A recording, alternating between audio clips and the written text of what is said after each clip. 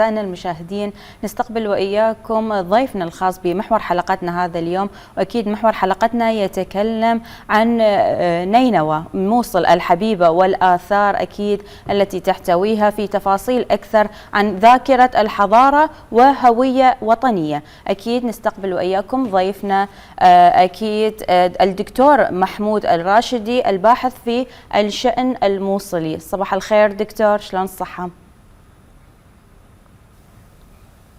صباح الأنوار والبركة والسرور، صباح الخير على جميع الأخوة المشاهدين. صباحك خير وعافية، أكيد نورتنا اليوم ببرنامجنا. صباح الخير. أكيد احنا فرحانين اليوم نحكي تحديدا بالموصل وبآثارها وبتاريخها المميز والحلو. اليوم بالبداية خلينا نحكي كيف تصفون أهمية مدينة الموصل على خارطة الآثار الحضارية. نعم، شكرا لك وللأخوة المشاهدين الكرام. نقول تعد مدينة الموصل هي القلب النابض لتاريخ شمال العراق أي بلاد الرافدين. إذن هي أقدم الحضارات الموجودة اللي عمرها 6000 سنة قبل الميلاد. وطبعا من هاي المدينة مدينة الموصل اللي هي الضم الموصل ونينوى خرجت الكلمات التي سطرت وعلموا الناس على الكتابة. أيضا العجلة اللي كانت الاختراع المتميز اللي امتازت به وتفوقت به وأخذت الطراز الأول بالموصل. أيضا الزراعة وتطورها اللي حصل في بدايات النشوء. نعم دكتور محمود، ممكن نتكلم أو نذكر من أبرز المواقع الأثرية التي تمثل الحضارة الموصلية اليوم؟ نعم، احنا ينبغي أنه ننوه للأخوة المشاهدين وحضرتك أنه عندما نقول نينوى نقول الجانب الأيسر من المدينة، وعندما نقول الموصل نشمل بها الأيمن والأيسر. نعم. فنقول نينوى القديمة نينوى اللي هي الأيسر. أشهر ما موجود فيها هو السور الأثري القديم والبوابات الموجودة والثيران المجنحة التي تقف على البوابات. أيضا القصور الآشورية، وعندنا أيضا النبي يونس عليه السلام، وعندنا أيضا دير متي. هذا بالنسبة إلى الجانب الأيسر من مدينة الموصل اللي هو نينوى. أما إذا نجي نتكلم على الجهة اليمنى أو الجانب الأيمن لمدينة الموصل فراح نلقي الآثار الموجودة القديمة. عندنا مدينة كالح اللي هي النمرود. أيضا عندنا مدينة الحضر اللي كانت تسمى مدينة عرباية. وعندما نجي نوغل في الدخول في مدينة قلب مدينة الموصل راح نجد الجامع المصفي اللي بني 16 هجرية، ومنارة الحدباء، وكنيسة مارتوما، وكنيسة الساعة، وقرى سراي، وقلعة باش طابية، وغيرها من الآثار الموجودة تدل على عرق وقدم هذه المدينة اللي أيضا الموصل هي عمرها آلاف السنوات. نعم، كيف تسهم الآثار في تعزيز الثقافة والهوية للانتماء للجيل الجديد؟ طبعا من خلال توفير الأدلة الملسوسة والمحسوسة للناس من هذه الجذور التاريخية، و يعني فعلا ما هو موجود اللي يكون عندنا آثار. احنا عندنا آثار مسيحية وآثار إسلامية، وعبر تنشيط حركة المتاحف الموجودة في الموصل، وعبر الزيارات المتكررة لوسائل الإعلام لهذه الأماكن اللي لا تكاد تسير في الموصل 100 متر إلا وتجد آثارا وتراثا قديما. نعم دكتور، أكيد كلنا نعرف مثل ما شاهدنا بالسنوات الماضية حجم الدمار والأضرار التي حدثت بالآثار. نقدر نقول حجم الأعمار شلون ممكن نقيس حجم الدمار اللي صار والإعمار والتعمير اللي صار للآثار والحفاظ عليها وإعادة ترميمها؟ طبعا هو لا ينكر على الأخوة المشاهدين أنه الدمار اللي حل بالمدينة دمار كان على يعني على قاعدة كبيرة جدا، هو كارثي بصراحة أنه يعني التخريب نال يعني الصحيح والسليم والقديم، الحديث والقديم أيضا.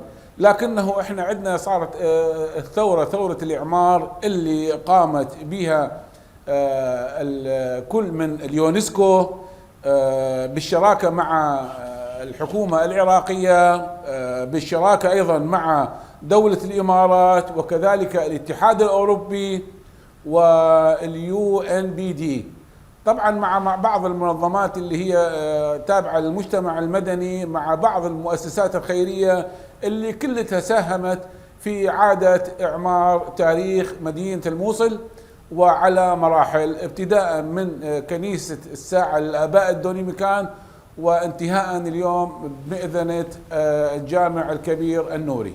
نعم، اليوم نريد نعرف ما أهمية مبادرة أحياء روح الموصل لإحياء التراث الموصلي. طبعا هو يعني مبادرة روح الموصل هو هذا مشروع أطلقته منظمة اليونسكو عام 2018. طبعا هو له 3 محاور، المحور الأول هو التراث، والمحور الثاني هي الحياة الثقافية، والمحور الثالث هو التربية والتعليم. القصد منها أنه إعادة إعمار البنى التحتية وإعادة إعمار ما خلفته الأحداث قبل 2018 من دمار طال المدينة وشواخص المدينة وآثار وتاريخ المدينة. نعم دكتور، ممكن نتحدث عن الدور الأكاديمي والبحوث الأكاديمية في توثيق هذا الكم من الحضارة، في توثيق هذا الكم من الآثار الموجودة عندنا؟ طبعا هو صار عندنا دمج ما بين البحث العلمي والدعم المؤسسي والقانوني اللي يسهم ب يعني توجيه البعثات مال التنقيب من خلال تطوير الكوادر الموجودة وربط الجسور ما بين المواطن والآثار وإصدار الكتب والمنشورات والمقالات وعقد الندوات في منظمات المجتمع المدني الرسمية وشبه الرسمية وإصدار الكتيبات وإعداد التقارير والمنشورات لكي نعرف المواطن سواء كان ابن المدينة أو الوافد إلى المدينة ما هي مدينة الموصل وما هي آثارها، والوقوف على كل حيثيات هذا البعد التاريخي اللي قلنا أنه يمتد إلى 6000 سنة قبل الميلاد. فإذا الموصل نينوى هي أقدم المدن في العالم، أقدم من مصر. نعم، إلى أي مدى يسهم التعاون بين الجامعات والمنظمات لحماية الآثار؟ نعم، أهمية التعاون ما بين الجامعات وما بين الآثار هي قلنا لربط الجسور ما بين المواطن وما بين الآثار الموجودة. ربما احنا نجي من زقاق، الزقاق هذا بيفرد معلم قديم ما نعرف كم عمره هذا المعلم، لكنه من خلال الدور الأكاديمي ومن خلال النشرات ومن خلال القنوات التلفزيونية مثل أيضا بحضرتكم واللي عندكم أيضا جهود كبيرة في تعريف مدينة الموصل للعالم وتعريف نينوى للعالم وما هي الآثار. إذن راح احنا بهاي الجسور راح نقلل الفجوة وراح نكون مصدر تعريفي للمدينة وآثارها وتاريخها العريق. نعم، ممكن دكتور محمود نتطرق إلى أبرز التحديات التي تواجه الباحثين، التي تواجه العاملين في مجال الآثار والترميم؟ الحقيقة يعني احنا نقول اكو عقبات. نعم، العقبات اللي هي موجودة عقبات يعني مناخية وليست عقبات يعني مصطنعة.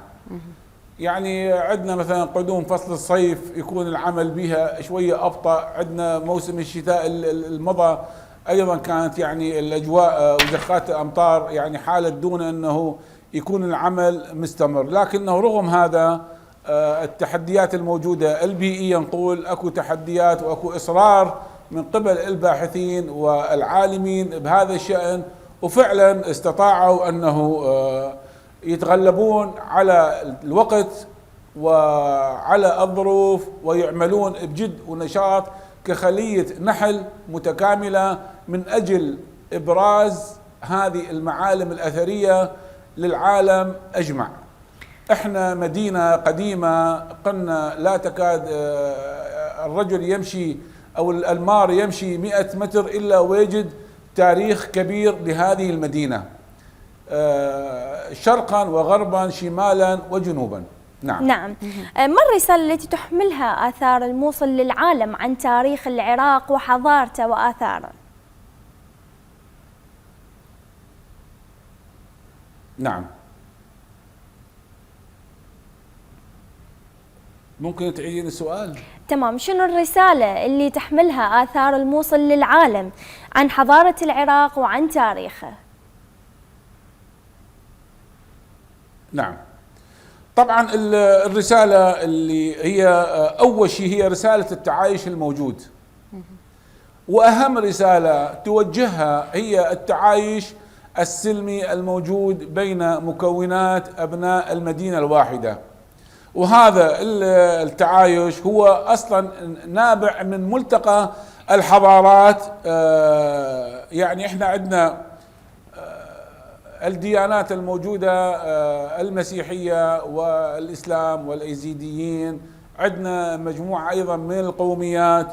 فهذه القوميات وهاي الديانات هي الحقيقة تشكيلها كان عبر هاي الحضارة. فرسالة آثار الموصل للعالم هو أنه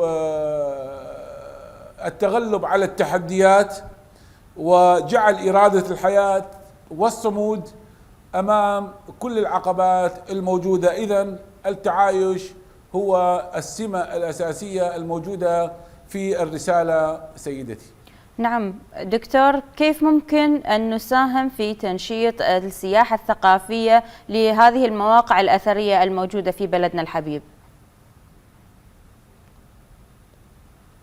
طبعا احنا من خلال يعني تطوير البنى التحتية من الخدمات اللي يجب أن توفر، الطرق والمواصلات، عندنا دورات المياه للوافدين، دمج التقنيات الحديثة مع تفعيل دور السياحة الافتراضية. أيضا عندنا مبدأ اسمه التسويق الرقمي اللي يجب أن يكون فعال أيضا، وعندنا العروض الصوتية والضوئية، وأيضا تنظيم المحاضرات والندوات اللي تخص شأن آثار وتاريخ وتراث مدينة الموصل. نعم، أريد أعرف شنو أبرز التحديات اللي يواجهوها مختصين الآثار؟ الحقيقة هو بس عندنا عنصر هو إدارة الوقت. إدارة الوقت. أما التحديات الموجودة الحقيقة كلها يعني بجهد المسؤولين مع علماء الموصل والأساتذة الأكاديميين بالجامعات. طبعا ذللوا كل الصعوبات، وعندنا موجودة كل الخرائط القديمة اللي يستدل بها يعني الباحثين بهذا الشأن من أجل إعمار ما تبقى من الآثار الموجودة. فنقول يعني الحمد لله والشكر ما عندنا معوقات كبيرة بقدر ما هي قلنا أنه معوقات مثلا يعني الظروف المناخية أحيانا تحد دون العمل. أما يعني الوضع احنا الحمد لله الوضع الأمني مستتب، والناس بدأت تتفاهم تتعايش مع الظروف الحالية. والحمد لله الموصل اليوم أصبحنا احنا بنقلة نوعية حقيقية من خلال إعادة إعمار جامع النور الكبير وكنيسة الآباء الدومينيكان وغيرها من الشواهد الموصلية اللي هي فعلا وحقا هي شواهد على حضارة قديمة قدم الإنسان. نعم دكتور، أخيرا رسالة حضرتك لكل المشاهدين الكرام وبالأخص الشباب لتعريف العالم بهذا الإرث الحضاري العراقي الكبير أكيد، والحماية أكيد، ممكن توفير الحماية والمساهمة بالحفاظ على هذه الآثار أيضا. نعم، الحقيقة رسالتي إلى كل أبناء المدينة وأبناء العراق أنه هذا الإرث اللي إحنا توارثناه عن الأجداد ليس إرث هو مبالغ نقدية، هو أعلى من المبالغ النقدية. إذن يجب علينا المحافظة على هذا الإرث، لأنه إحنا نشوف العالم شلون يعني على مومياء بسيطة مصر يعني تؤخذ بطائرات وبمسيرة كبيرة. فإحنا ينبغي حريبنا، إحنا أهل الحضارات وإحنا أهل الوعي وإحنا أهل الكتابة اللي علمنا العالم على الكتابة أنه نكون إحنا أحرص على المادة اللي عندنا من آثار وتاريخ وتراث. جدا صحيح. لهذا ننصح أنه استزادة المزيد من المعلومات وضخ المعلومات للمواطن. يا مواطن أيضا أنت ابحث عن تاريخك وتاريخ أجدادك، اقرأ تاريخك حتى تعرف وتقف على تاريخ وعظمة هذا البلاد، يعني بلد العراق، بلد الرافدين، البلد العظيم. نعم أكيد جدا صحيح، وشكرا جزيلا دكتور محمود الراشدي على هذا الكم من المعلومات، وأكيد هذا اللقاء الممتع. عفوا. إن شاء الله لنا لقاءات ثانية. وسهلا. شكرا جزيلا. شكرا جزيلا لك أكيد، ونورتنا ولكل المشاهدين الكرام. شكرا جزيلا.